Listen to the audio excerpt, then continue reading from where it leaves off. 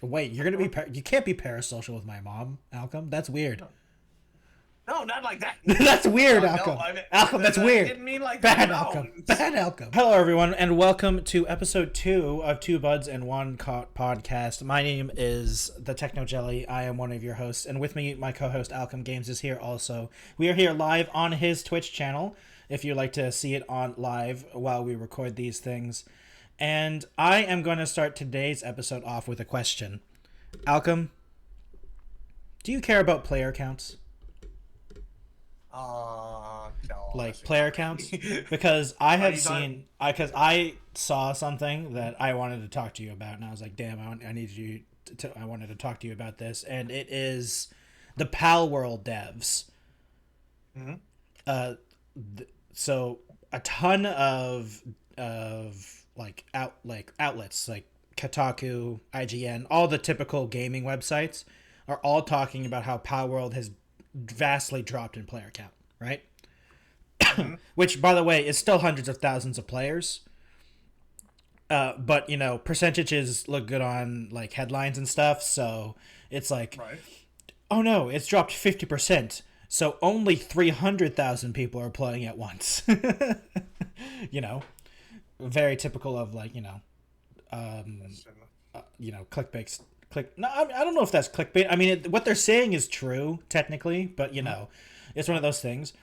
And the Power World devs called them lazy. They just publicly said all the outlets that say our player count is dropping and stuff calls it lazy journalism.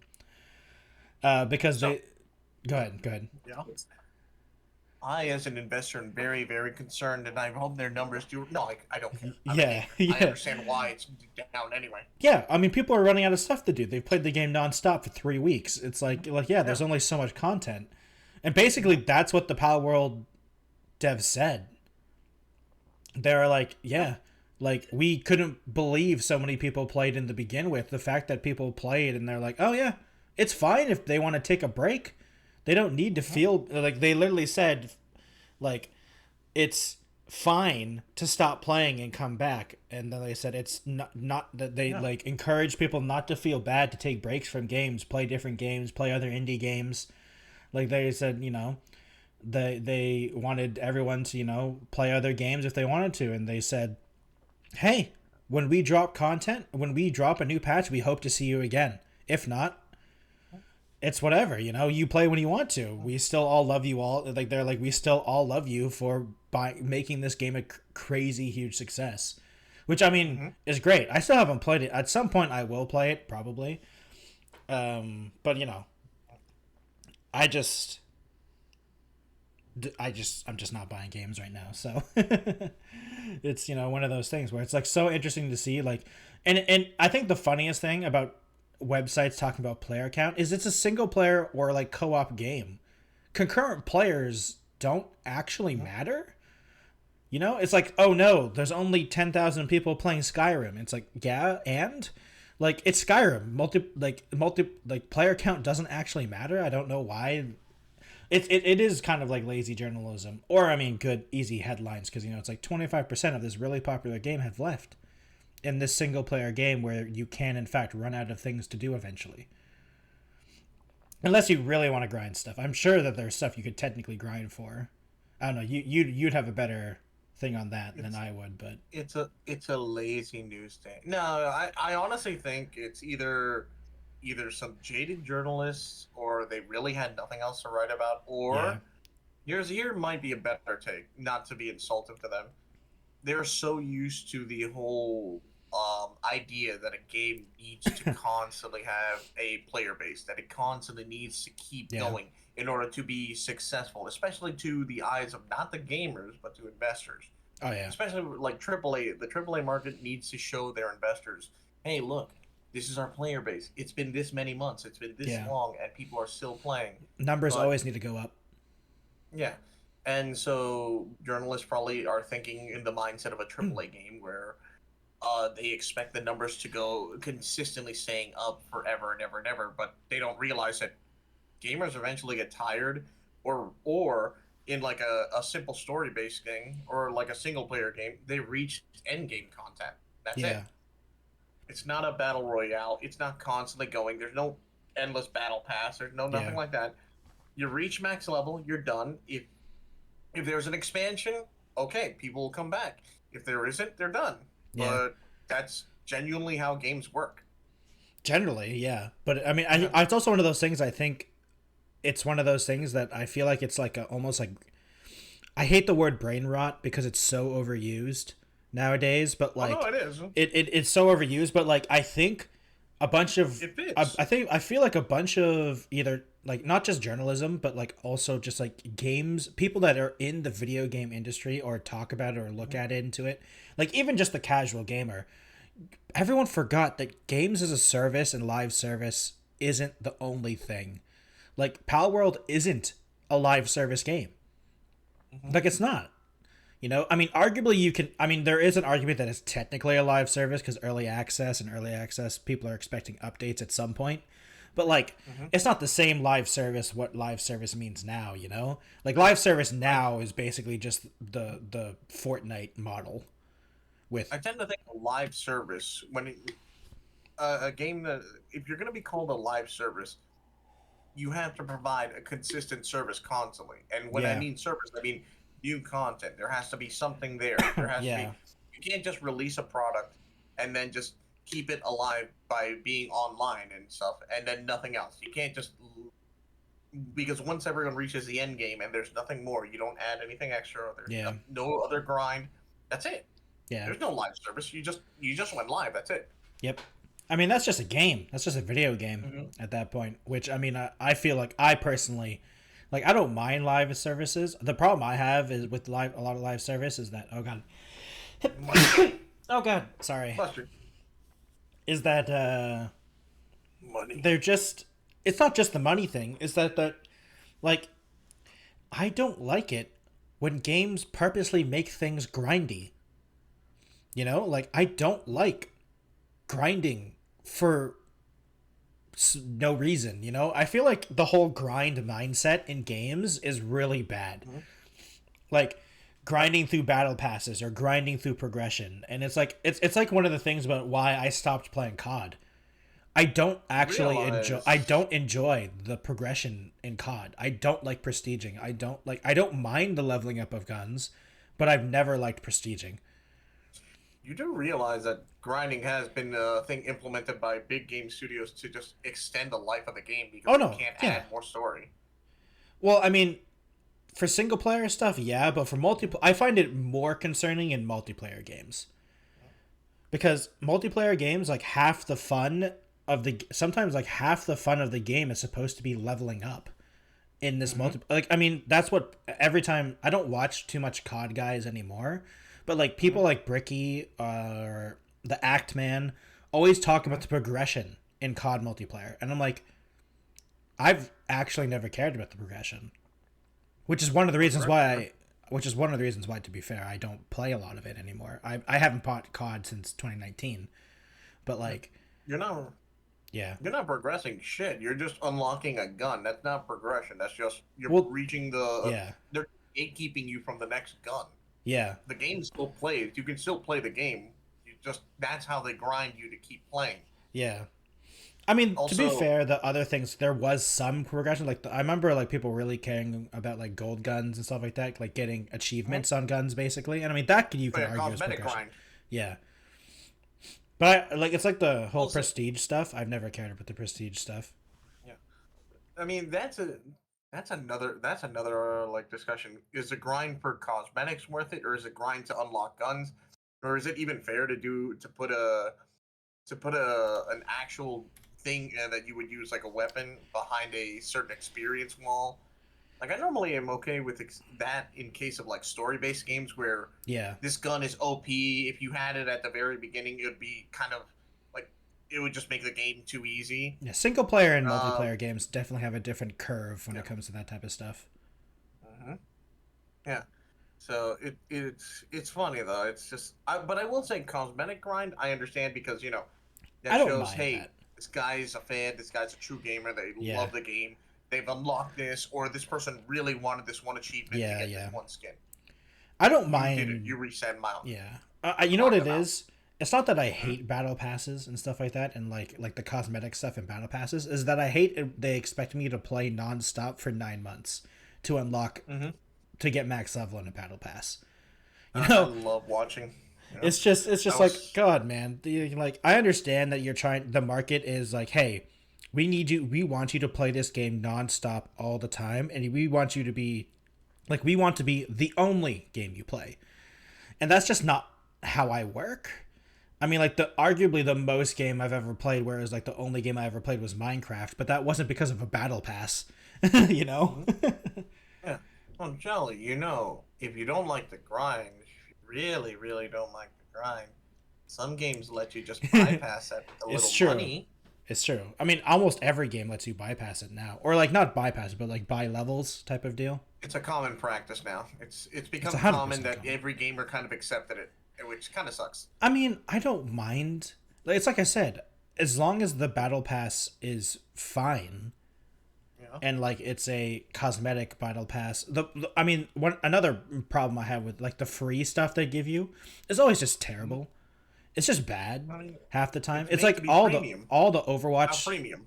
Yeah, all the Overwatch battle passes I've hated because like all the non-paid stuff, it's just random emotes and or not even emotes. Stickers. It's like the stickers. Like the stickers. Yeah, it's the sprays and like the voice lines. Someone got paid for that. Come on, you have to unlock it. It's for their good. I mean, honestly. I mean, I don't care about. I don't mind the. It's like, but just pretend that there's like 1 or 2 skins in there, you know. Yeah. Or like apparently the Helldivers battle pass is pretty good. I've heard people say. You literally like, can. It's all very good, and like the prices aren't insane.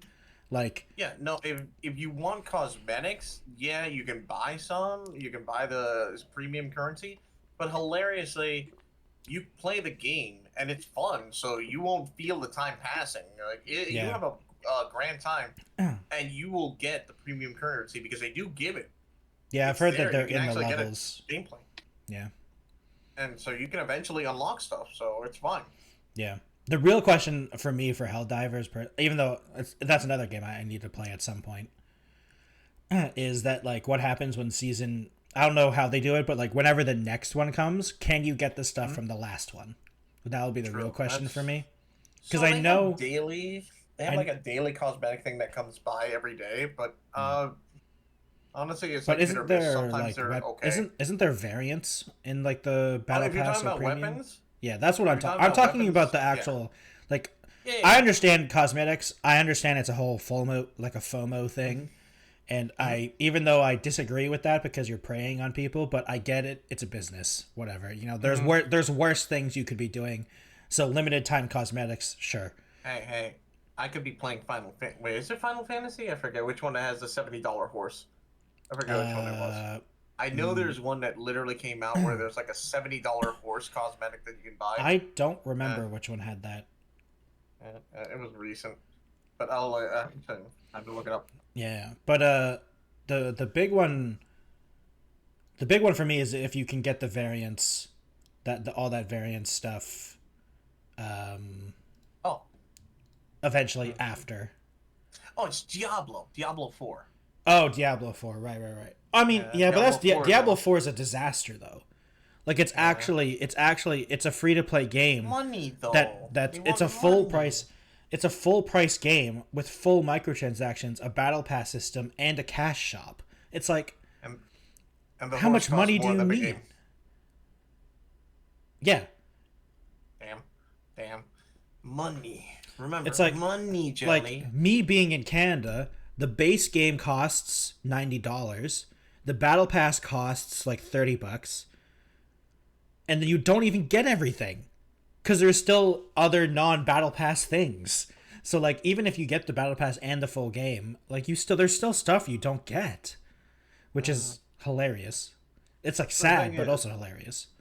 The thing is, most of these live services, look, back when I was younger and like little kid, I have all the free time in the world minus school, and I can basically spend all day gaming. But I'm not about to spend. Like, had I grown up in the era before, where battle passes reign supreme all over the place. I don't know if I'd be able to dedicate the hours and hours that they really wanted you to play for each of these games, because each of these, and especially the battle pass live service ones, oh yeah, people calculate them, and like you said, they're expecting takes you to months. play it for like, yeah, it takes you non-stop. months, takes you fucking, yeah, non-stop playing for months. I ain't nobody got time for that. You literally are other than now kids. at the point where you have to decide. Yeah, other than you have kids. to pick one. Yeah. Which is why it's their market. Mm-hmm. And I honestly, I just feel like they've lost the bag, because it's not supposed to be.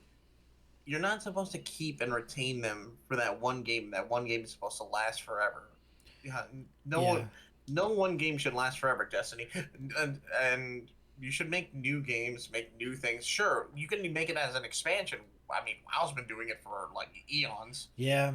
They constantly release more expansions to their game, but give it some story, give it some actual plot. Don't just release another battle pass, other skins. I mean, Fortnite is doing that, and to be fair, there is a bunch of story in Fortnite. Yeah, there is lore. They keep doing it with every season, but they're like the one, outlier, because they actually put effort in, because they've expanded their game. I don't know. I think a lot of companies do. I think the problem is that a lot of companies do put effort in. The problem is that you can't. Not everyone can focus so hard on one game forever. Mm-hmm. Like if there's 10 games that demand you to play it for like 4 months straight in order to unlock everything, get the full experience, well, people are only going to do that with one game. So if you don't get chosen, you're screwed. Yeah. And like Fortnite is that game for a lot of people. I know Apex is that game for a lot of people. And that's not even including the other games that aren't full multiplayer only games. Yeah. I mean, you said Destiny too. I mean, like, people have dedicated so much stuff to Destiny, you know? Yeah, I've technically bought the game 3 times, and I don't even like it. I bought it twice. And I bought it twice, originally liked it, and then when a couple of other expansions came out that had little dungeon expansions in it that I had to buy separately, I'm done. I'm good. Yeah. I don't need more. I'm good. Now, you see, the difference for me for Destiny was, like, I've never liked Destiny, but it felt like a game that I should like. You know what I mean? Like, I feel like it should have been one of those games where it felt like it ticked all the right boxes. It was a first-person game. I enjoy shooters. You know, I enjoy, like, PvE dungeons. I enjoy PvP. But for some reason, Destiny, I never liked the gameplay of Destiny, and I always got frustrated doing it. I hated the fact that I got one shot every time on no matter what thing I was doing. Like, one of the problems I had with Destiny 2, specifically, I never played the original Destiny. Destiny 2 is what I was talking about. Is that no matter what game mode I was playing, either being PvP or the PvE stuff, I was either alive or dead. There was no in between. You know, I felt, or at least for me, at least. Every time I experienced it, I was either full health or just completely dead. And I don't know why. Talking about PvP or no, PvE? PvE as well. Damn. I don't know why. It could have been one of those things where it's another thing of where I was also a player that wasn't there from day one. So they just don't explain half the game to you if you haven't been playing since the beginning, and there's no tutorial for most of the things. So, like, I'm like, I don't know half this stuff and what they do, and I don't know what I'm doing, and the game never tells you what you're doing. So it's like, it's just a terrible thing. They never explain anything. No, you're right. Especially since, I mean, like I said, when the later expansions came out, I started to lose track of where I was supposed to go. Granted, there are big blaring signs that say, go here, go there, go there, but then the part that lost me was the second I progressed the story, I got to a certain point, and I finished the expansion story, or whatever you want to call it, for that season, the season story, and then I'm like, oh, they're hinting at a new dungeon we gotta do. Alright, I see the dungeon on the map, move my cursor over to the dungeon, I see something that says, must purchase this to unlock, or must have this. You have to buy the dungeon. Like, are you kidding me? Yeah. I just bought the season. What do you mean I have to buy a dungeon? Yeah. I'm buying an experience to then be told I have to buy another experience. Yep. It's just so weird. It's like being told you're buying a ticket to a movie, but just to get inside the theater, and then you have to buy the separate ticket for the actual movie. Yep. Are you? No, that's not how it should work. But people will buy it, and people do it. So I mean, to be fair, it only worked to a point because Destiny is like getting wrecked right now, aren't they? Well, it's like the lowest. It's like lowest count. It's like the lowest. Yeah, the consistent numbers of players have gone down, so obviously they're failing. Well, I mean, the thing is as well. They're a live service. Yeah, but their player numbers do matter. Yeah, because like their player numbers matter. They depend on actual people coming in, and also it's a different system. They're a large AAA thing. Yeah, they're behind a publisher. They're behind a company. The company has investors. The investors are going to look at the numbers. They don't give a shit about the player experience. Yeah, they're also owned by Sony. Exactly. I'm pretty sure, which is hilarious because I don't know if you saw this, but at some point they said if Bungie doesn't like start doing better, Sony's going to end up owning, like they're going to full own them as part of the agreement. If they don't meet certain requirements. So like it's one of those things where like I thought the whole point of separating from, I can't remember who they separated from like because it does 343. No. 343 is the studio that they made for Halo. Oh wait, no. Bungie was originally with Microsoft, but for the first Destiny, they were partnered with someone. I can't remember who. I think it was EA. They were partnered. Maybe it was Activision. It was EA. Was it EA? I remember it appeared in And then they split that to make Destiny 2 because they didn't want to be owned by anyone. And now somehow they're in this exact same spot where if they don't do good enough, Sony's just gonna gobble them up. Like it's so basically weird. As that should be a key view. Like if your whole thing, you're not a gamer, you're more a businessman. That's a sign that there's trouble. Yeah. When this company originally jumped ship from being under a developer or publisher, and then moved on to another one, and then moved on saying we want to be on our own, and ends up under another publisher, they're not doing so hot. Yeah, I don't know what they. So, I mean, in terms of gaming, I mean, like I said, I got bored of it. It just doesn't matter to me. Yeah. So, I mean, the one sad thing for me is I'm interested in Marathon, the game that they're going to come out with. I'm kind of sad it's an extraction shooter. And like actually it seems like to be nothing to do with actual Marathon.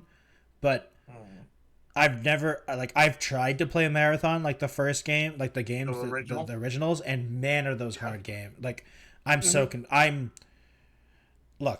I'm not saying that it's hard. I'm not saying that I don't blame modern games for whenever there isn't a quest marker. I have absolutely no idea what's happening.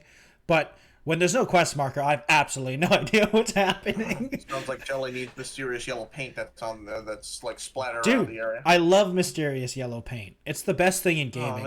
It's literally the best thing in gaming. I disagree with anyone who says they don't want that. I'm like, dude, I would not know where to go if that didn't exist. I understand for some players it'll rip the immersion right out. I don't believe you though. I just don't believe it. Yeah. Because my thing is that whenever people say that breaks their immersion, I say go play Escape from Tarkov and tell you don't like yellow paint. Because things in Escape from Tarkov that look exactly the same, one is lootable and one isn't. You want to know how you find out? You want to know how you find out? You go up to see if you can interact with it. That's it. You literally don't know. You have to memorize it. And I'm like, I don't want I get it. It's cool for a certain type of crowd, but that's not me. Give me a glowing green give me a glowing green outline and yellow paint. I understand some people are like, I don't want to my immersion. Oh, look, you're playing a game. Suspend your disbelief just a little bit. Realize you're playing a game. So there is going to be some markers to help you know where to go. I mean, I also think if it's such a big deal, I don't think developers would put that in. You know what I mean? Like, it's just one of those things where I just don't believe, like, from all the stories that I've heard, is that the reason the yellow paint exists is because players didn't know what to do, and they just didn't do they just didn't do anything. They didn't grab items. They didn't break the barrel. Like for Resident Evil 4, apparently like people just didn't break the barrels because they didn't know they could. So they had to make sure that players knew these are barrels you can break. If you don't know there's a barrier to break, if you don't know there's a limit to exceed in a game, will some players actually try? No. The majority of players do not. The majority of players follow whatever the game tells them to do. And so if the game doesn't tell them to do it, they won't do it. We've been trained. Oh God, we've already been trained by video games. They're controlling us. They're telling us what to do. No. Yeah, everything tells you what to do, though. Real life is a bunch of things of everyone getting told what to do. Stupid light that tells me stop, go, don't run over people. There's speed limits. There's laws. I never ran over people. Which I vaguely listen to all the time. All the time. Legally, that was a joke. For legal reasons, this is a joke. That was a joke. Your Honor, please don't look back at this and call it Exhibit A.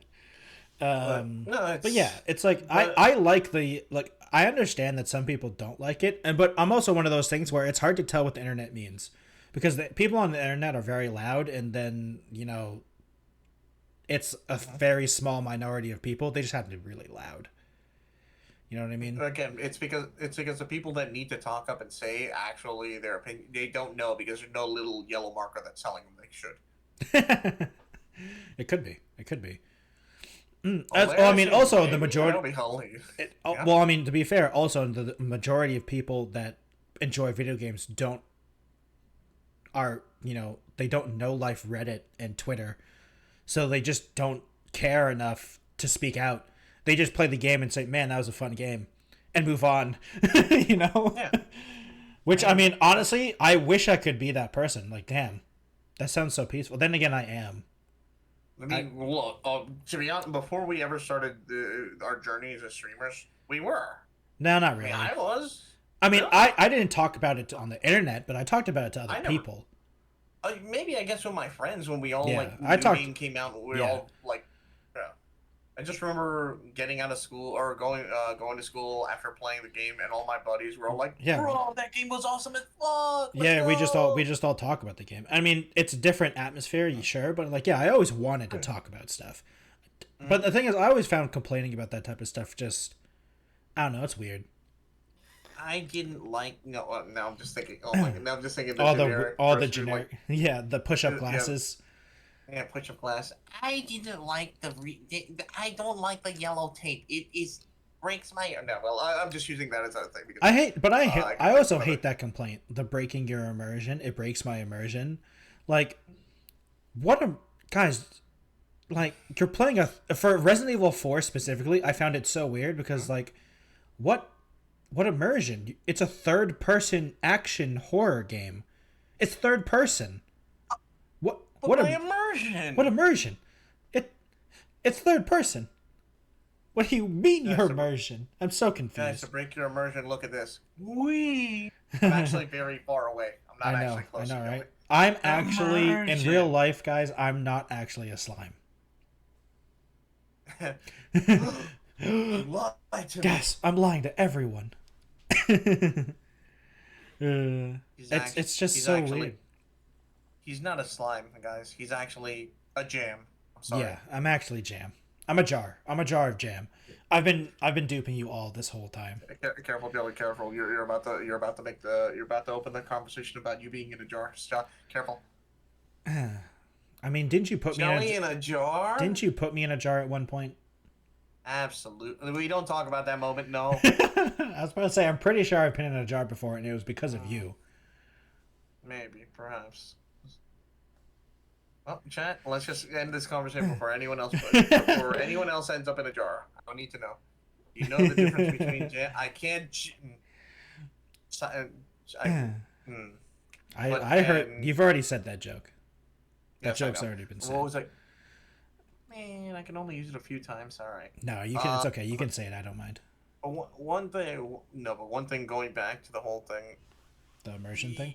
But see how we're talking, roundabout to the original thing. See how we talked about how Destiny has to worry about their numbers the and player all the counts. live services? Yeah. Power World doesn't need to give a shit. It was Oh, a yeah. one and done. You bought your product, you had your fun. If they release an expansion and they want to charge something for it, it better be worth it, Well, for one thing. I would say, first of all, they need to not be in early access to do that, but yeah. That too, yeah. They're in early access, so people are, I mean, I'm expecting every couple months, Arc maybe did. every 6. Yeah, but Arc, yeah, they're terrible and they're dumb. that end of story. Don't release paid expansions when you're in early access. It's about to be like, but they did it. Yeah. But if they jumped off the cliff, will you? No. Going right off that cliff. No, I will not jump off that. This is where I stand. But that's where a lot of game developers are doing. It's also a different culture too, because they're a Japanese company as well. Yeah, that's true. But that's the problem. Some big game developers will do that. If this thing does a live service while they're in alpha or beta stage, I can't wait. I mean, it works. If your game is good enough and it's stable enough, people will go in and buy stuff and buy the cosmetics, even if it hasn't come out yet. I mean, I don't mind. I mean, pre-ordering has existed forever, right? And you're buying a game that technically hasn't come out yet, right? Yeah, no, I'm still waiting for the day before to come out. Again. Oh my god, wait a minute. Is the day before the Morbius of video games? Oh my god. I just had a brain blast. No, stop. No. No, I think that's a thing now. I want that to be a thing now. That needs to happen. Dude. How can we get this to happen? It was just a scam game, I don't know why. It was a huge scam, though. It was a major scam. We'll call it the Morbius. The Morbius. Oh my god. But okay. The only way it can become the Morbius of gaming is if it comes out again. If they try to relaunch it. Did you hear someone actually try to third party launch it themselves? I think that was. Hold on, it wouldn't surprise double me. check myself. Or what was that game? Isn't there a game like Cube World or something like that technically has launched 3 times or something like that? Cube World? Yeah, it was a game that was trying to run off the Minecraft hype when Minecraft first came out.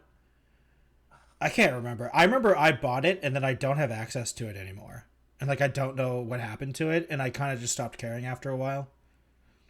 I mean, copycat games exist. I mean, Pal World is literally a copycat game for one. I mean, I would say that's not giving Pal World enough credit. It's not just the developers literally in interviews, they said, I like making copycat games. I like making games replicating another thing. Yeah, but they didn't just replicate it though. There is some thought to Pal World, to be fair. You know? I guess what I'm trying to say is I feel like people use that term in a negative thing. And I'm like, I think. Oh, you mean copycat? Yeah, or not even just copycat or rip off, how Power World was just a rip off game. Oh yeah. And I'm like, guys, there's a lot of thought into this game. Sure, there isn't, other than the fact that I haven't played the game, but from what I've seen, it doesn't seem like there's an original bone in this game's body. You know, maybe there is at some point, but everything is taken from something. But all these systems they've taken have been put in and established and remade in a very thoughtful way, in a way that makes it work and fun.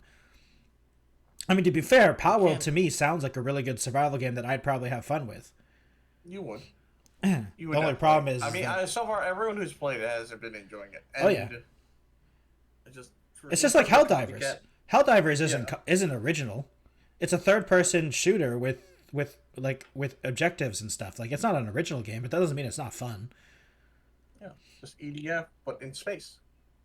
Or Starship Troopers, but more modern. Starship Troopers, but more, and Terminators.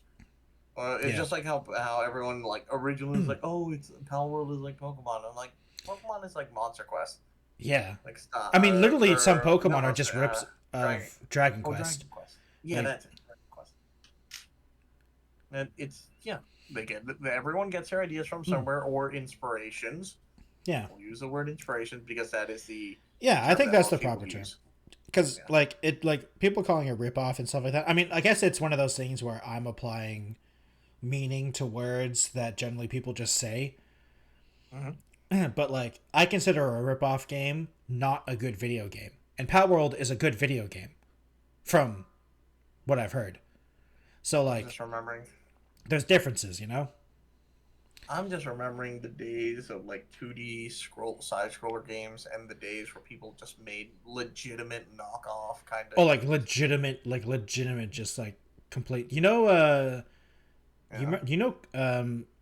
the creators of Doom, like the OG creators of Doom, and the games they made before Doom, Commander Keen. Are you gonna tell me about the? Oh yeah, yeah. Oh, I thought you were gonna tell me about the biblical knockoff that came Oh out no, for that game is hilarious. But Commander Keen was actually the Commander Keen was originally made as a PC version of Mario, and they tried to sell it to Nintendo to have Mario be on PC, and Nintendo just politely said no, thank you, and they said, well, damn, well we have this game engine and this thing that can do side scrolling on PC. Well, I guess we'll just take out Mario and make it our own. And that's what and they use that money to eventually make like games like Wolfenstein. And Though that's that what though happened. Yeah, and that to be fair though, that Bible game, that Noah's Ark or Super 3D Noah's Ark or something like that.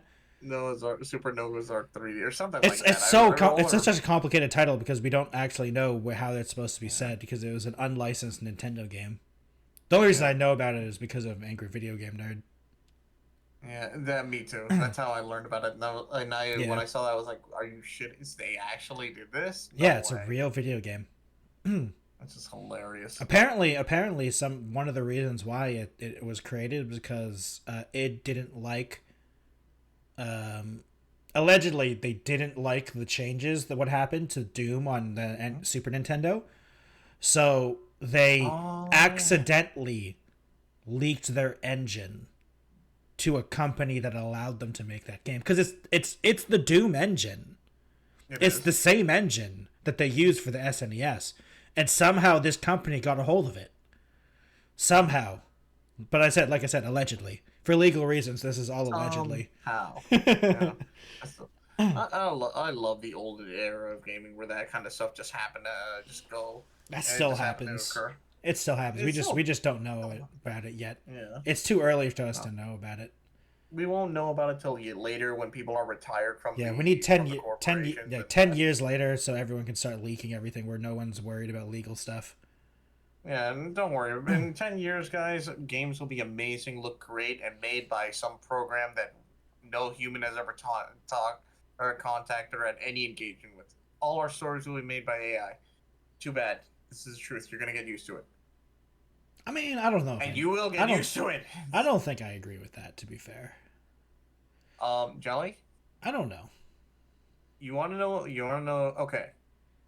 Consider the following. If they start making, especially this, if they start making children's television programs made by AI, is that then a thing? That's it. It's done.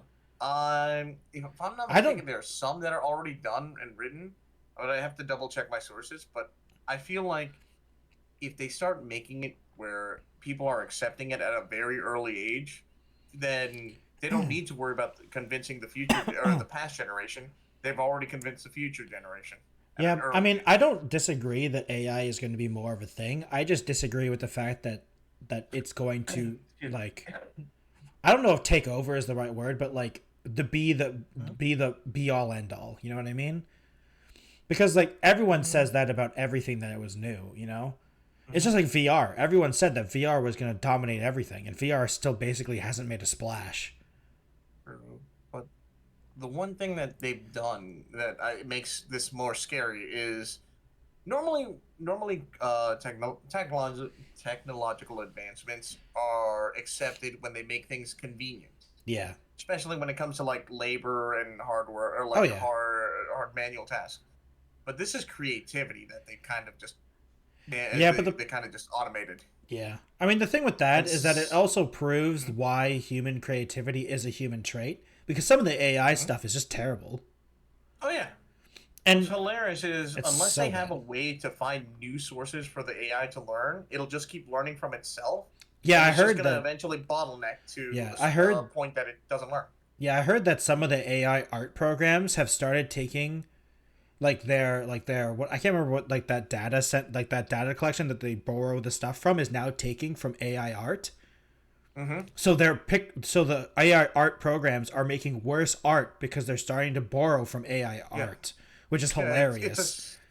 It's a cannibalization of itself.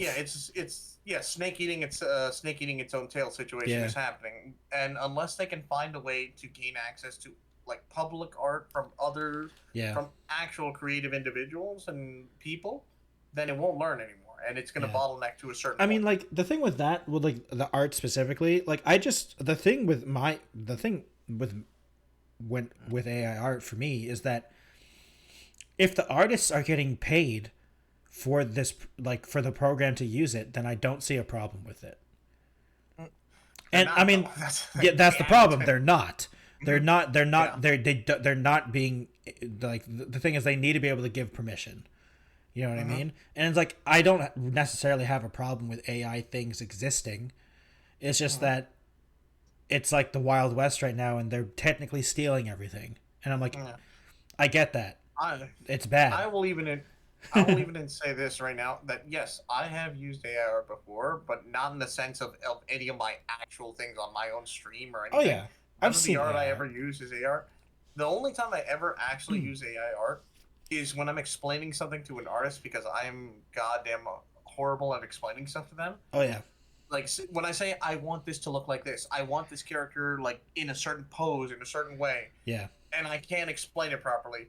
I just go and just type as much as I can explain on this stupid AI prompt bullshit, and it gives me it gives me like quite a few that are incorrect or wrong or look stupid as hell, or for some reason there's like an extra hand out of nowhere. Yeah. But I eventually get one that kind of nails the look, and I'm just like, yeah, kind of like this bullshit right here.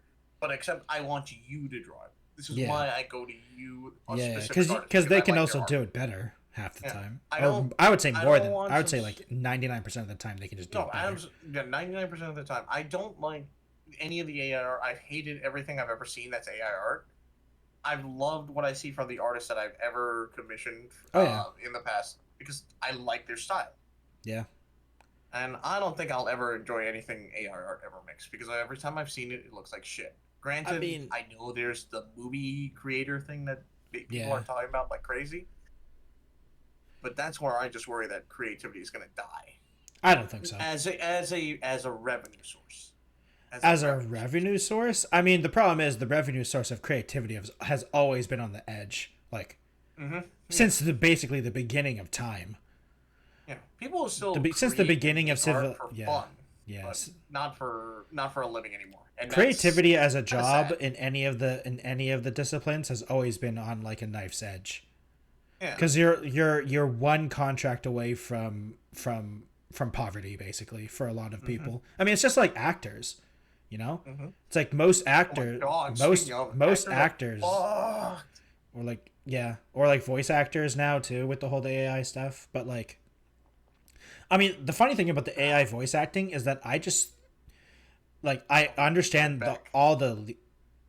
All the legality stuff behind it is like crazy, but even then, just the actual like voice acting from it's just so bad. Like, I just think it's not that good. It doesn't sound correct and doesn't sound proper and it doesn't sound very. Just like it sounds weird. It's like the finals has it, and like the voice lines that I think like you can tell when it's an AI generated thing using their voice stuff because it just sounds weird. And yeah, I just don't think it's very good. But yeah, it's just weird with the whole stuff. I mean, it's one of those things where it's just. Yeah, I was just talking about the whole AI voice acting stuff and how it just doesn't sound right to me. No, I mean I like the AI, I like the voice changer AI. Those are fun. The voice changer stuff is fun. Yeah, but it's still, while it changes your voice, it's still you talking. It still needs the implement of someone. The other stuff where it's like they try to replace everything. They try to replace the actors, they try to replace editors, they try to replace everything. Like the writing is done by AI, the acting is done by AI, the illustrations or whatever. That it's just never been good. To see. Also, I mean, another problem is it's not even just that; it's just not good. And I don't think we are in a position where the technology will ever be like we're Also, talking. I don't know if they'll I mean, of course, the technology will eventually, with time, be that good, but I just don't see it anytime soon with how AI is created and how that stuff. Also, one of the things I'm not gonna like later is the inflated ego. Some people, because there are some people who use AI prompts or AI art. Oh, I think they're like artists and stuff. Yeah, like, you guys don't understand. I just put an elegant prompt that is unique and results in amazing stuff. I've already seen the most hilarious thing on Twitter. Is it the One Piece where thing? some guy, huh? Is it the One Piece One one? Piece? Yeah, I saw that. I saw it. That it was man so got funny. owned. That was really funny. What's funny is, I saw the guy trying to cope. Because in the saw replies. That one post where he kept replying to them. He kept replying, and they started to go in Spanish too. And eventually, the artist, I honestly forget his name, but he eventually was like, you know what, I'm gonna let you just cope and deal with it, because it seems like you're having it. Like he just owned him with one simple comment, and then he just kept trying to save face, but he looked more and more like an idiot. I mean, he is speaking Spanish, so no one knew except for Spanish speakers. But it was funny. I mean, he was. But that's what I fear. I fear that people will develop an ego, thinking there's some hot shit because they know a prompt. But the thing is, Alchem, while I agree with you, that doesn't require AI to have that. People already are like that.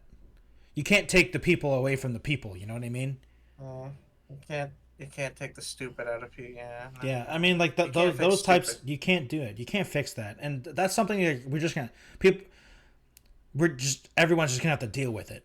You know, it's one of those things. It's like you can't take away awful people. Awful people will always be there, because you can't. And it's like one of those things. You can't take away a bad apple. You can't cancel the whole thing because of one bad apple. To be fair, there's multiple bad apples, and there's a lot of bad apples for AI specifically. It's not that simple.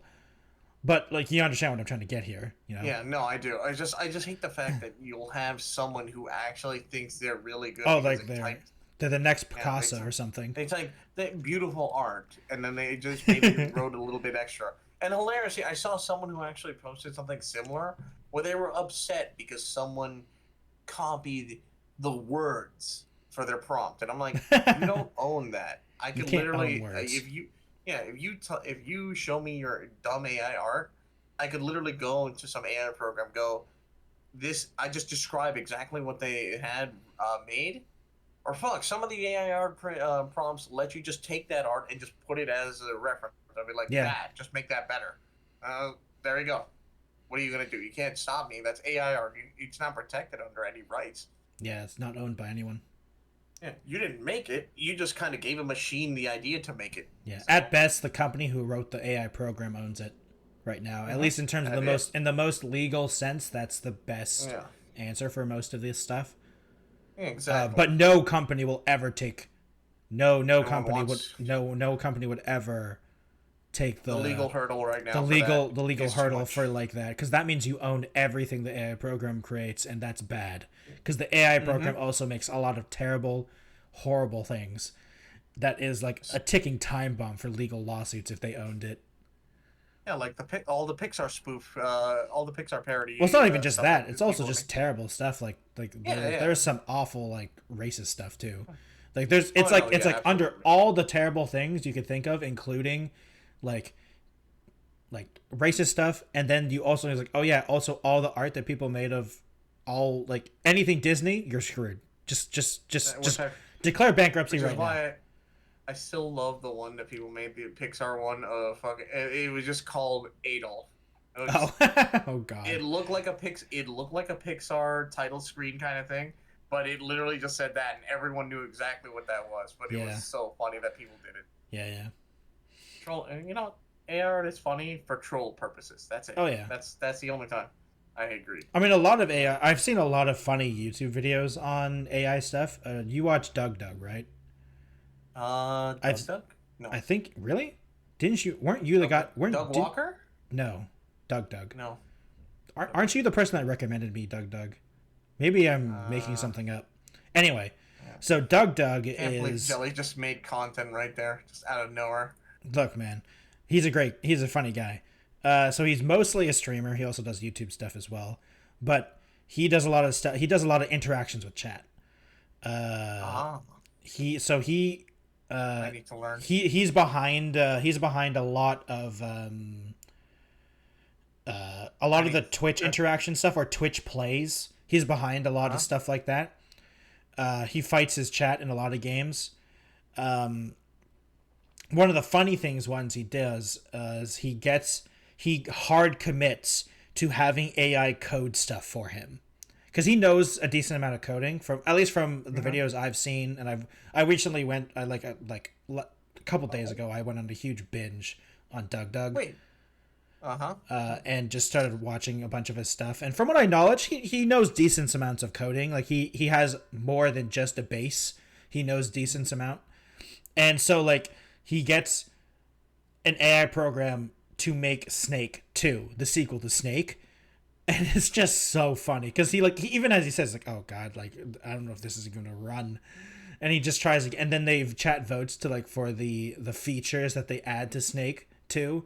And it's just great. It's just amazing. Eventually, I think Guy Fieri gets on there. Okay. So that... Oh, wait. I just looked at it. Oh, my God. Why does this thumbnail show Snake with a gun? Yeah, it's just a little green eventually... With a gun. Eventually they add gun, I'm pretty sure. But he's great. He some of my favorite videos from him is also... One of the more recent ones is that he plays Tears of the Kingdom. And he tries to go... from top to bottom on the map in a straight line. You know those like doing things in a straight line videos? Yeah. It's that, but in Tears of the Kingdom, and it's hilarious the amounts of length that he had to what he had to do in order to make it work. Jesus Christ. It's funny.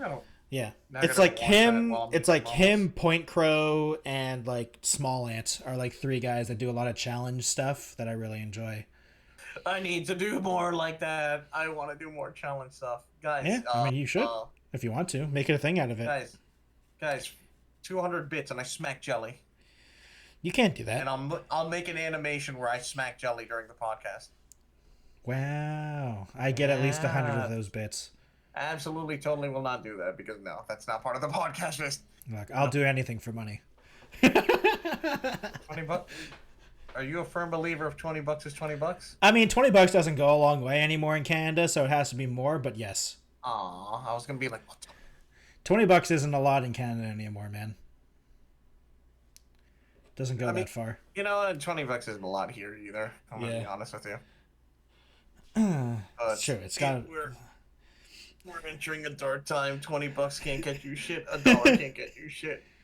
I mean, $1 hasn't done anything in Canada in a long time. Not even when I was a kid. $1 didn't really get you anything. Oh, I see. Right. The dollar menu was always a lie in Canada for McDonald's. The dollar menu was a lie here. Okay, so the dollar menu technically was $1. If you looked at if you didn't think about that stuff. Yeah. That's hilarious. That's the part that people forget. Taxes still exist because, you know, the government wants your money. But is it even called the dollar menu for you? Because it's not called... There's no dollar menu. It's called the value menu. Yeah, I was going to say, it's called the value menu now. So because they realize $1 doesn't work. Hell, I mean, they don't even sell soda for $1 anymore. They used to. It used to be it was never $1 here. Damn. There's this one $1 soda? Nope. You guys get ripped off. I'm so sorry. Well, there's this one pizza place when I was in high school that was really popular. It was a very local place, and it was like across the road, and you got a slice and a pop for $2.50, which was insane for here, because a slice in the cafeteria was at least $5. So I think the only place that I know that you can get something for like $1.50, I know it's like Costco. I think Costco still has that whole pizza soda for like $1.50. Well, it's like the hot dogs. The hot dogs. Yeah, the hot dog and soda. Yeah, hot dog and soda. Do you know the funny thing is the CEO of Costco literally said many things can change in Costco, but the hot dog's price will always stay the same.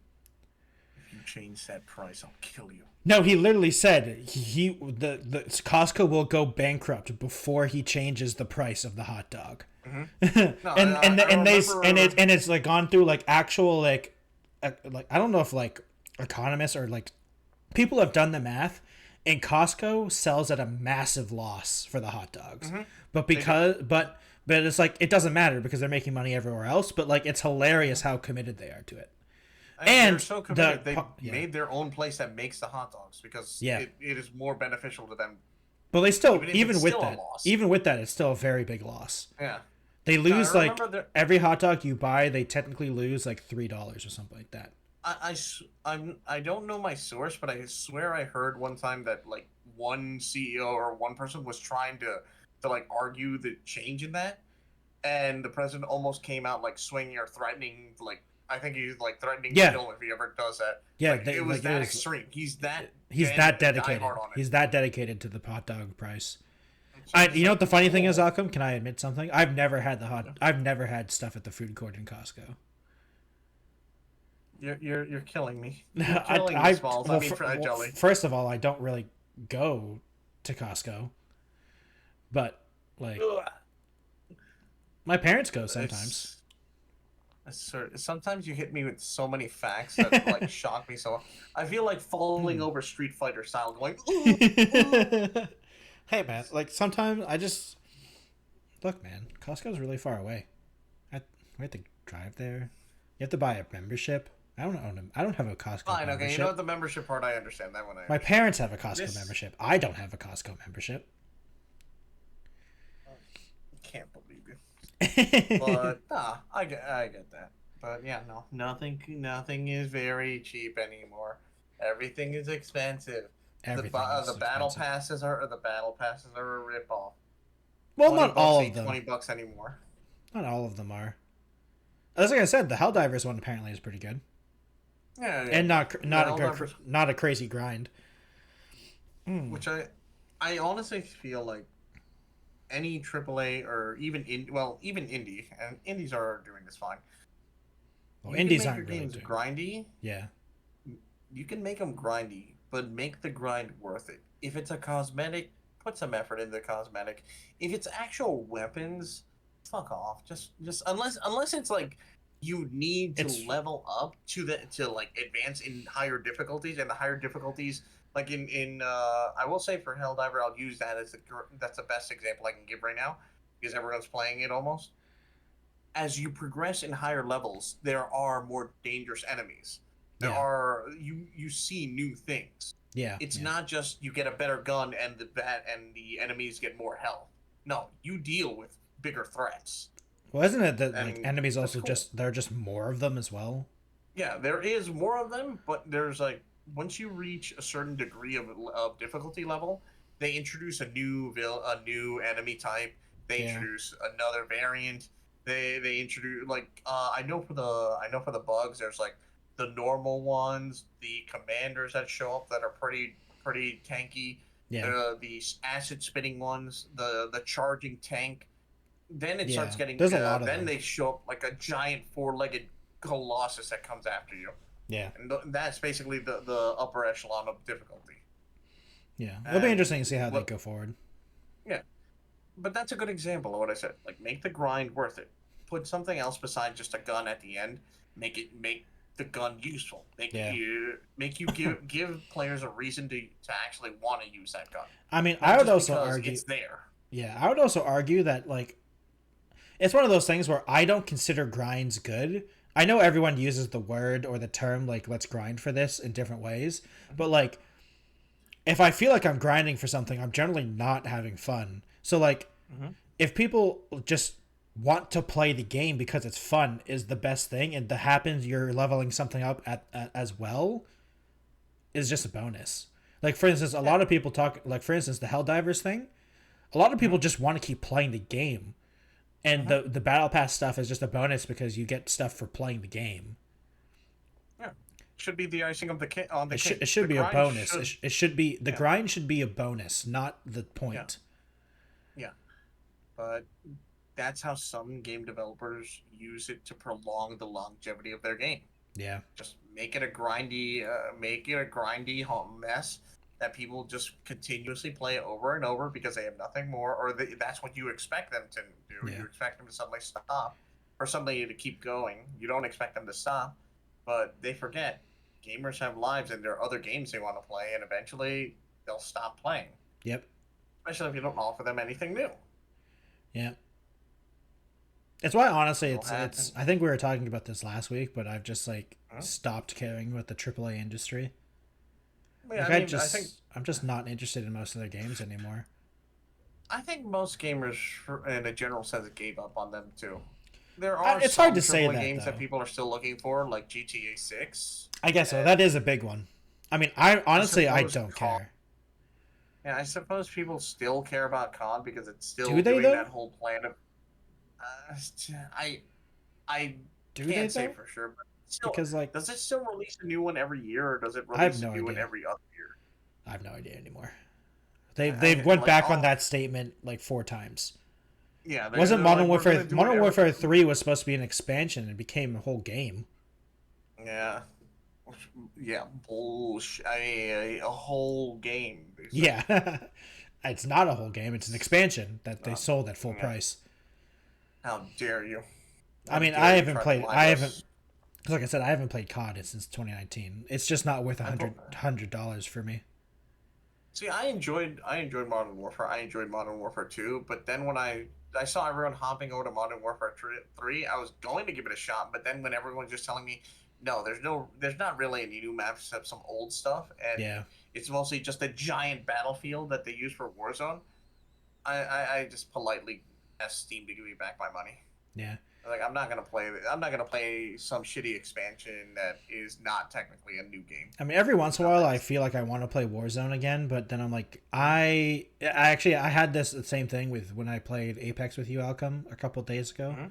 It's like, man, do I hate the battle royale genre now? Or hate is a strong word. Man, do I find it not fun. I am so done with battle royales. I am like, man, this is so boring, and I just don't like it anymore.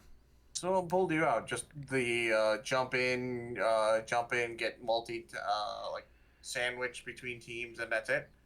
It's not even just that. It's just like, I just find it... I think I've been done with battle royales for a long time, because for the longest time, all I did was hot drop in battle royales, and I feel like that's just because I'm so done with the mid game of battle royales, and like I just don't care about winning anymore. And it's just like it's team deathmatch with extra steps. Yeah. And I'm just like, I don't know, like when I play, it's why I liked the finals so much, because it had a higher time to kill, there was objectives, it was smaller base, I didn't have to wait in a lobby for 5 minutes because it's waiting for 100 players. And I don't know. I think it's just one of those things where I'm not saying I didn't enjoy the battle royale stuff when it was really hot. Like I played Apex for like 500 hours. At least 400, and like I would say 430 of those hours I really enjoyed. And I think the rest I was kind of forcing myself to play because it was like, oh, it's this game I really like. But I'm just done with I think right now, at least right now, I am done with battle royales. For at least especially in a solo experience, like for instance, if you guys wanted to play Fortnite, or like if with Kisu or Zeke, or we're like, hey, I want to play Fortnite this Wednesday or like next Wednesday or something, I'm like, yeah, I could play Fortnite for like a couple hours, you know? Okay. I could play Apex a couple games. And to be fair, I didn't enjoy that gun game. I did not like that gun game mode. But I've never actually really liked gun game in a mode as a mode. I understand why it's popular. I personally don't like it. I also just don't think Apex works as a non-battle royale game, because the game is just not designed. All the heroes are just not designed for it, so that's just a thing too. But besides the point, like I don't mind the battle royale genre, but it's definitely no longer my go-to games. You know, it's also like PUBG. Like I don't think I'd ever enjoy PUBG anymore. The only slight battle royale that I kind of want to play is the Counter-Strike battle royale called Danger Zone. That's also partly because I'm so curious because in the original Source engine, Danger Zone was pushed to its limits of how to get that running on the Source 1 engine, right? Because it was crazy that they even got it running on the original engine for CSGO, because the CSGO engine was like duct taped together, basically, right? Yeah. I mean, it's running off of a slightly newer version of the Half-Life engine. It's Source 1. It's the Half-Life engine. It's Half-Life 2, I think. Half-Life 2 engine, which is like 10 years old. So the fact they got a Battle Royale running on that was crazy. But so I'm just so interested in what the Source 2 version of that looks like. Do I think, will I enjoy it like crazy amounts? Probably not. Like, because it's Battle Royale still. But I'm more interested in the technical side of that. Like, how is Valve going to do this in Source 2? Because I'm just so interested in the technology. I just want to know what they can do with it. But I'm just overall with Battle Royales, it's like, yeah, I don't know, man. Battle Royales. And the only other Battle Royale I was kind of interested in was I kind of was interested in what Halo was going to do, but apparently that's canceled after like 3 years of work. So who knows what's happening in 343 because they're just like on fire. I honestly have no idea why. They have like I don't know how they can mess up Halo so hard. I've had this on my head for a while. I've seen someone posts about it. They have such an expanded universe with so many things, so many tidbits of information and knowledge and all this lore that they can do and expand. It doesn't have to just be Master Chief. ODST literally showed you it doesn't have to be a Spartan. Yeah, hell, I mean, arguably, a lot of people say ODST is their favorite. Mm-hmm. Because you're not some super soldier. You're literally just a normal dude fighting for your life there. Yeah. And hell, I don't know why we didn't do anything with like Arbiter after Halo 3 and Halo 2. Yeah. But that was it. They never did anything more with them. I don't know what the status is. I actually have stopped caring so much about the war, so I don't know what happened there. But I mean, 343 has never. I mean, the thing is, 343 has never made a good Halo game. No, not at all. Halo 4, like they started working. They were Halo 4, 5, and like all those Halo games are considered not very good Halo. Like 343 has never made a good Halo game. Not at all. And all like I remember is Halo they've just 5 squandered everything. Like honestly, I'm in the opinion of Microsoft needs to like look. I feel bad saying this, but 343 shouldn't exist anymore. They failed hard. They are not the Halo. They are not the Halo dev team, or like they suck. They haven't made a good Halo game, and it's been like. They've tried 3 times. Yeah. Halo 4, 5, and Reach. Yep. No, sorry. 4, 5, and not Reach, not Reach, Infinite. Yeah. Infinite. And it's like, guys, none of these games are good. Like, arguably, they're not terrible video games, but they're not good Halo games. And it's all done. No one cares. Yeah, no one cares about the story. No one cares about the characters. Like, it's like, guys, Microsoft, please let someone else do Halo. So what Jelly is saying is Microsoft should let don't let 343 do the story. Just leave it up to AI. Let AI handle it now. I mean, they'd probably do a better job at this point. Maybe. Actually, I hate to say it, but they might. Seriously, just man. Give it the lore, give it all the stuff from that, and be like, make a better Halo game. And then we get I'm just saying, like, I hate to say it, but 343, let them do something else, because they can't do Halo. I don't want people to get fired, obviously, because, everyone deserves more chances. And it's like I said, the games that they've made aren't terrible video games, but they're just bad Halo games. They're not good Halo games. So let them make a game that isn't Halo, and give someone else Halo for a game. Like, just give another studio Halo. You own so many studios, Microsoft. Let them try, because obviously, no, don't give it to Blizzard. Just immediately no. Anyone but Blizzard. Stare at me when I said that. Stares at me with a glare like, no, not them. Not Blizzard. Blizzard is also equally bad at making video games. Give it to Rockstar. They don't own Rockstar. They don't own Rockstar. Damn. I don't know, honestly. At this point, It's like I said, just give like, it to a team give it to a team that wants to make a Halo game. yeah, Because give it to like give there it to are someone. fan development teams there are fan developers that would actually jump in. There are some writers who know the lore far better than Yeah. the current Or team. I bet just like would be it's like I give it to said, me. anyone but 343 with exceptions because I don't want you to give any Activision Blizzard, don't let them touch Halo. They've ruined enough they've ruined enough properties. Don't let them ruin another one. But like I think it's time. Let someone else make a Halo game because 343 have tried and failed so hard every time. Like it's at a point where I don't even like honestly, I don't even know if Halo is even considered Microsoft's flagship title anymore.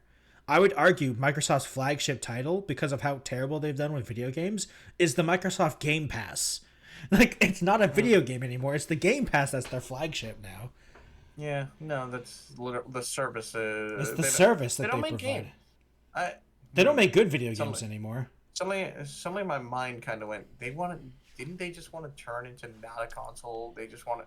No, they're still. Company, they're saying they're talking about non-exclusive stuff. That's why.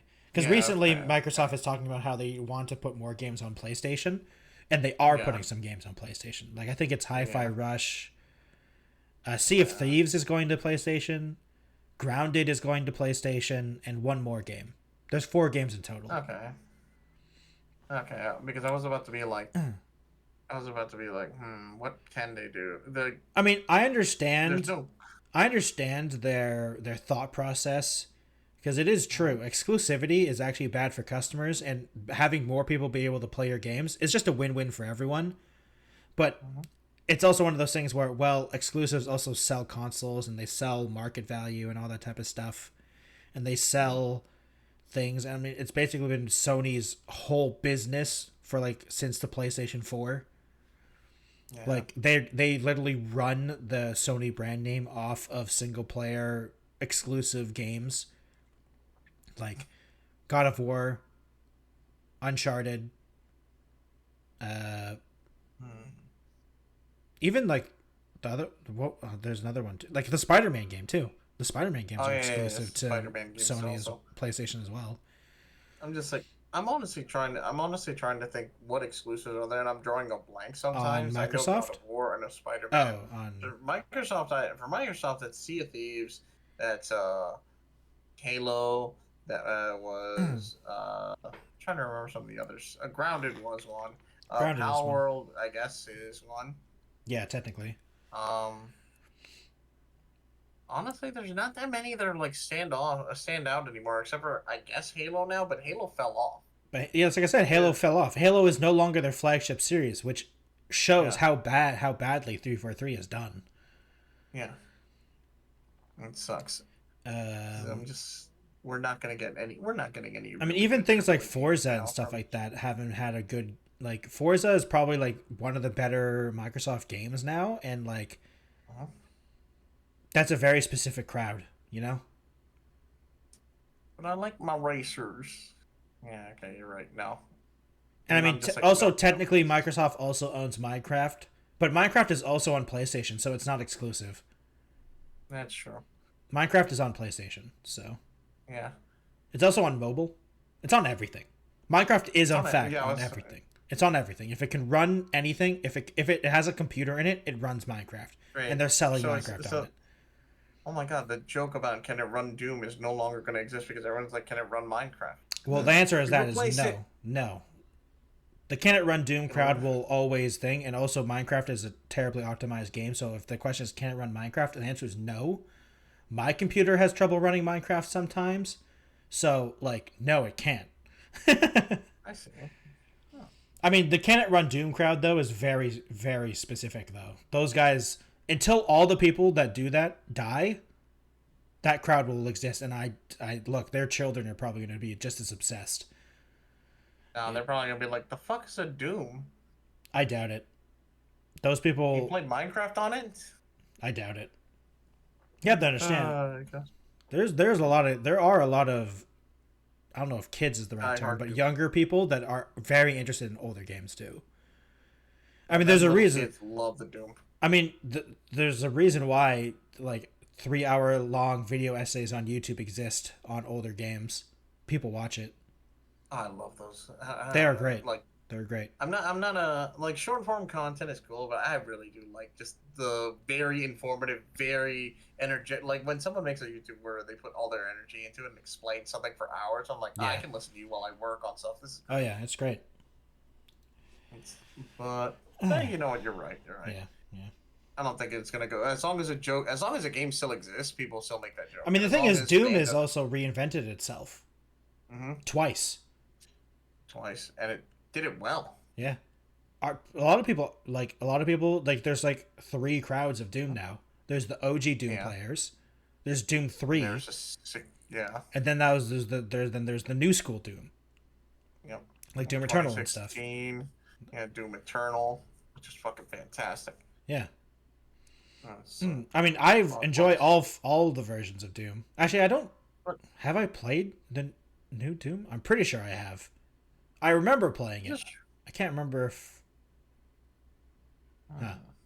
No, I can't remember if I've played New Doom. I didn't play Doom Eternal, but I played Doom 2016. I'm pretty sure. Oh yeah. I personally think my favorite is Doom 3 out of all of them. Also, oh god, sorry. Just my mind went back to like live streams, and I was like, oh yeah, one more thing I hate about those damn things. It's true. And I'm sorry. No, it's okay. It's okay. Giant contest for those things because I hate live services too overall. Nostalgia-wise, you will never get back what you had when you originally played it because season one most of those games don't exist.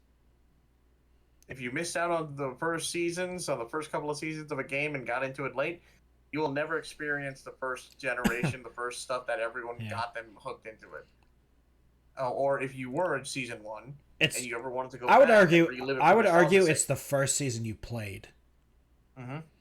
Because, like, for instance, for me specifically, in Fortnite, when they first made no build, is when I really enjoyed Fortnite. Sure, I think everyone enjoyed Fortnite no build. Because, like, I actually didn't like Fortnite originally until they added the no build. That's not true. It's literally the #1 game for a long time. A lot of people enjoyed propaganda. The numbers don't lie, man. It's like literally the #1 played game ever. Jelly, you sound like a journalist. I am a journalist. I'm a journalist in disguise. Rips off face mask. Oh, shit. I actually work for IGN. Okay, you know what, IGN. Well, no, IGN. I still forget that IGN has become a joke in the news. It's always been a joke. Kind of. I don't know. I mean, sometimes they put out good articles. I'm not saying just because you're a joke doesn't mean you don't put out good stuff. IGN puts out good stuff all the time. Yeah. Doesn't mean they're not a joke though. True. Well, still, I honestly feel like they're still gonna back to it. We're circling around. There's always gonna be that group that always looks at games as a business as opposed to actual entertainment or art or whatever. But there's always crowds. There's always but in any slightly creative endeavor, there's always people like that. Oh. You just gotta deal with them. Money, though. We need the money to make the next game. We need it. I mean, to be fair, you do. Yeah. If video games didn't make money, it'd still be not nearly one of the biggest industries in the world. And to be fair, they do make a lot of money a lot of the times. Yeah. So I mean, unfortunately or fortunately, they are kind of validated in that fact. Yeah. Especially, that's the thing. We live in a weird. It's a very strange time. We live in a weird time, and also video games are in a weird. They're in a very strange stage right now. You can make games for a creative purpose, but you still have to worry about it actually doing well profit wise. If you want to continue or make more to it, say you made an amazing story in a video game, if it doesn't do well and it doesn't sell well, your story ends there unless you want to put it out. Just keep going, like a book or movie, novel, whatever. But even then, it's not guaranteed success. Exactly. Then again, that's the problem. nothing's guaranteed success. To be fair. Yeah. Just like how I know, like just like how you were at home watching this or listening in, you probably have that amazing story in your head that you've been developing since you were like a middle schooler, or even younger, that you have locked away that you never see the light of day. No one will ever know because it's in your head, and maybe you wrote it down somewhere, maybe you posted it somewhere online so people could see, or maybe I don't know, it's just locked away there. But unless you do something like that, like most of these game developers or people who create stories or something, no one will know. But you have to put out that risk. You have to make it, put it out there, and hope for the best. Happens. Because and that's what's risky about it. Yeah, it's one of those things. You also just have to have the correct expectations of where two people could see this. Like, two people could see this and say, that's cool, and then nothing else happens. You know? It's one of those things where it's like they just look at this and they're like, it's okay. And you're just like, it's okay. And then they just leave. The creativity. Yeah, exactly. Well, it's one of those things where it's like, I guess it's one of those things where I've never been super attached to other people's opinions about the things I do, especially online. So I guess you're a content creator. That's literally the life and blood of you. Caring and emotionally caring are two different things. Oh, fair enough. I care about it. I care about it because, money. But emotionally, if someone doesn't like it, they say, "Oh, that sucks." I hope maybe the next thing I do you'll like. Yeah, exactly. And if they don't come, if they say, "I'm not coming back," I'm like, "Well, damn. Maybe you will one day." That's the thing. I've had some. I keep trying with more stuff, and I'll keep going. Just gotta keep going. Until one day where I just can't. My mom disagrees, though. My mom disagrees with that statement. Everyone should like everything I do. I have yet to tell my mom what I do because I feel like she'll either. No, there's two genuine reactions. There's one that's like, why did you make? Because she'll see all of my different variations, including the female. That'd be hilarious. Why so big? Like, why do you make them so big? You know what the funny thing is? My mom had that same stuff about you too. If it helps, if it helps Alchem, me explaining, like, your avatars helped understand why all my stuff wasn't that bad. Wait, hold on. Whoa, hold on. I need content. What do you mean by that? Also, hi, Mrs. Jelly. My VR chat avatar, and just like creating art in general. She always talked about how any characters didn't have clothes on, and I said, "Oh, I mean, it's not that bad, considering some stuff." And then I helped. And Wait a minute.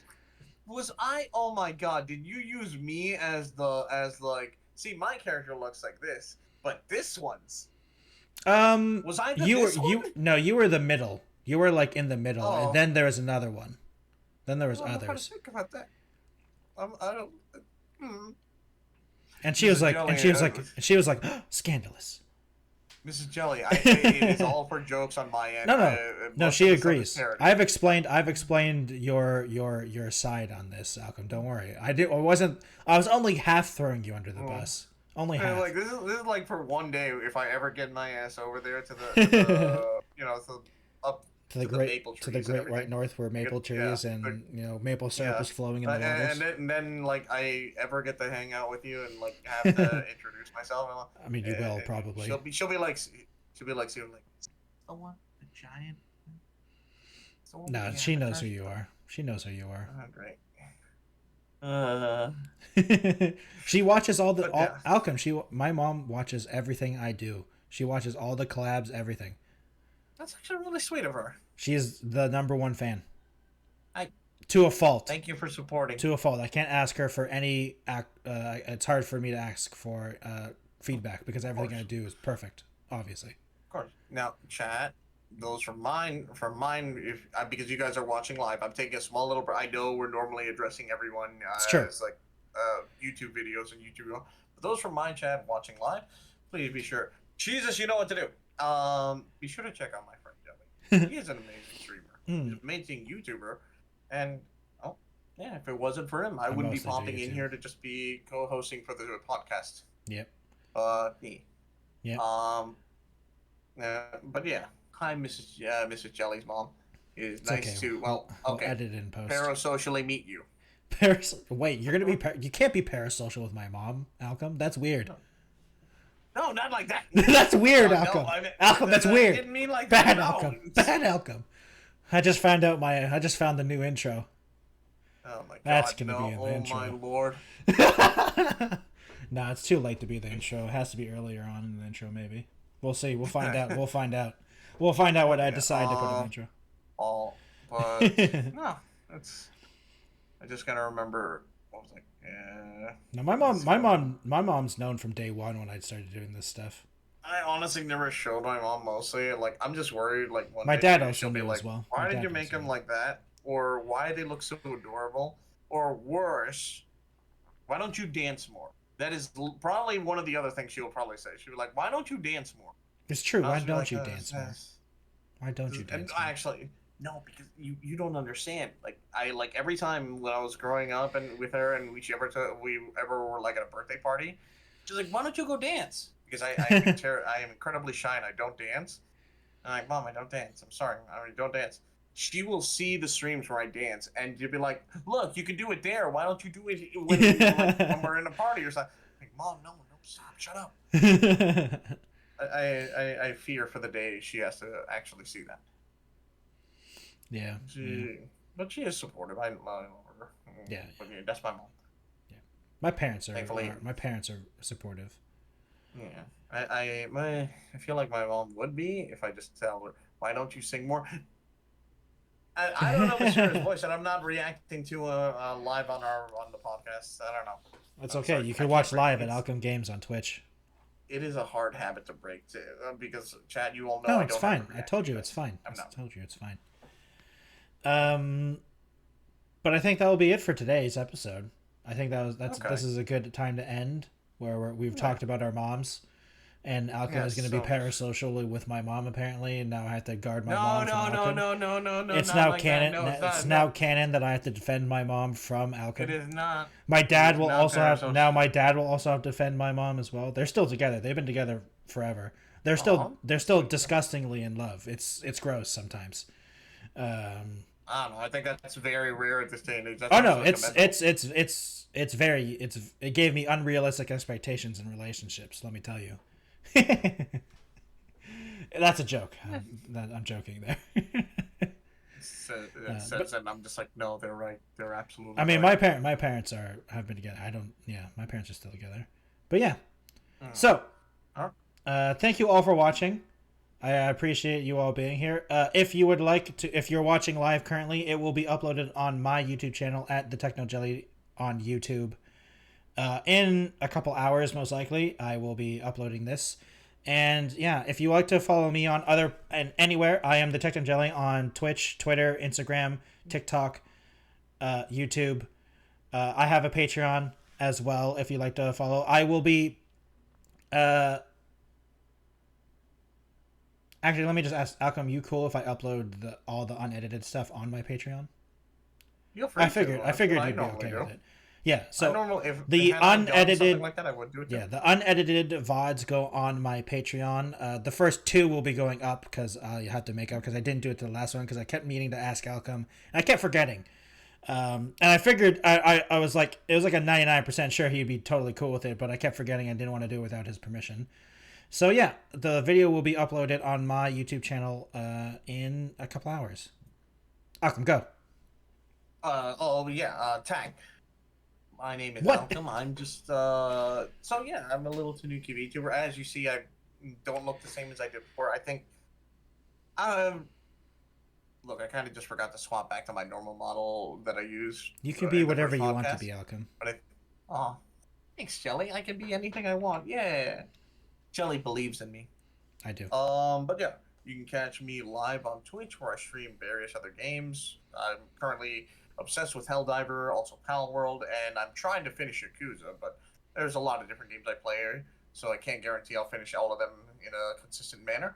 But Catch me here live streaming on the podcast on Sundays, where Jelly will record, edit, and put it up. A very nice faux wrapped version of it. And yeah, feel free to come by if you ever enjoy. I don't edit that much. I just edit out the stuff before we start. But yeah, thank you. I'm building you up. It's okay. It's fine. Anyway, thank you all for watching, and we'll see you again next time on Sunday. Goodbye, everyone.